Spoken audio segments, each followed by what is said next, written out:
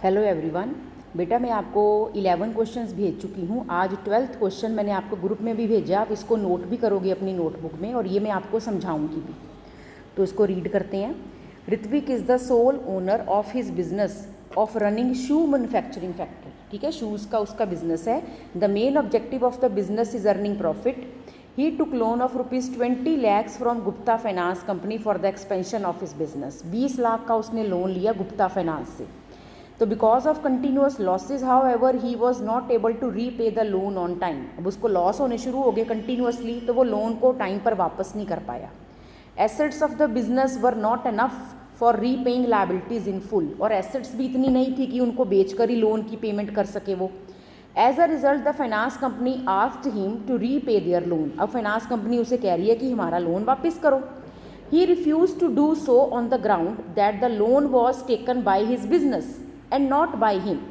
अब वो finance company को इस बेस पर मना कर रहा है, वो कह रहा है लोन तो मेरे बिजनेस ने लिया था ना, मैंने थोड़ी लिया है, और मैंने कौन सा पर्सनल यूज़ के लिए लिया है।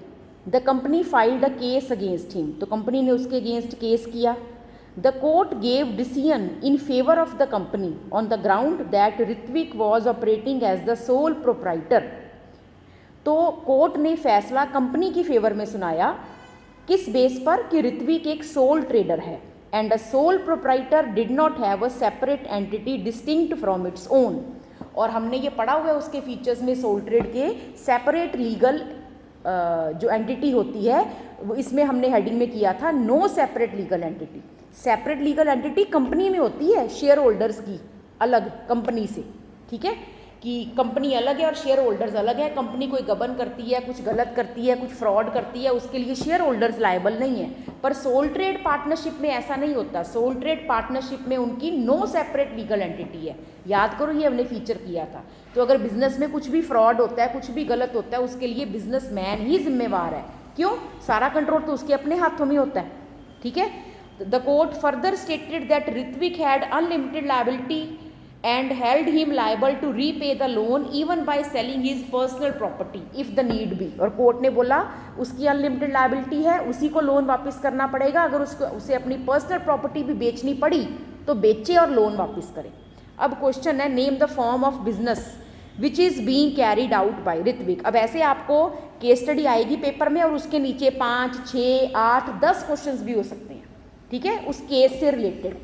तो आपने फिर उस केस में से, जैसे कि इंग्लिश में कॉम्प्रीहेंशन नहीं आती थी, कॉम्प्रीहेंशन आई और उसमें से क्वेश्चंस आए, ऐसे ही केस स्टडी आई और उसके नीचे आपको क्वेश्चंस दिए होंगे उसी केस स्टडी से रिलेटेड। ठीक है, तो सबसे पहले वो पूछ रही हैं कि इस केस स्टडी में ऋत्विक कौन सा बिजनेस कर रहा है, फॉर्म ऑफ बिजनेस। तो फॉर्म ऑफ बिजनेस ऑर्गेनाइजेशन का आपने चैप्टर किया हुआ है, sole trade, partnership, company, joint Hindu, cooperative. तो कौन सा फॉर्म है इसमें डिस्कस किया? Sole proprietorship. सेकेंड क्वेश्चन है, what type of liability is enjoyed by Ritwik. Ritwik को कौन सी लायबिलिटी है जो वो एंजॉय कर रहा है? इसमें लिमिटेड की अनलिमिटेड, दो ही तरह की होती है, तो अनलिमिटेड लायबिलिटी। तीसरा क्वेश्चन है कि कोर्ट ने ऋत्विक को रिस्पॉन्सिबल क्यों ठहराया बिजनेस की लायबिलिटी पे करने के लिए अपनी पर्सनल एसेट्स में से? क्यों कहा कोर्ट ने उसको पे करने के लिए? तो इसलिए कहा, इसका आंसर क्या है कि क्योंकि ऋत्विक सोल ट्रेड का बिजनेस कर रहा है और इस बिजनेस में ओनर की लायबिलिटी अनलिमिटेड होती है। फोर्थ क्वेश्चन कहते सोल ट्रेड का कौन सा फीचर है जिसकी वजह से जो सोल ट्रेडर है उसके पास बिजनेस के सारे डिसीजंस लेने का अधिकार उस अकेले के पास ही होता है और वो किसी को कंसल्ट नहीं करता? कौन सा फीचर कहता है? तो कंट्रोल का फीचर कहता है। या आपकी बुक में इस फीचर का नाम सोल मैनेजमेंट भी लिखा हुआ है, सेकंड फीचर है, वो भी लिख सकते हो आप। फिफ्थ क्वेश्चन है कि कहते हैं बिजनेस का मेन एम होता है to earn profit. What are the other 2 objectives of business? तो कोई 2 और ऑब्जेक्टिव लिख दो। आपने इतने सारे किए हुए हैं ऑब्जेक्टिव्स ऑफ बिजनेस, किए हुए ना, उसमें से कोई 2 आपने लिख देनी है।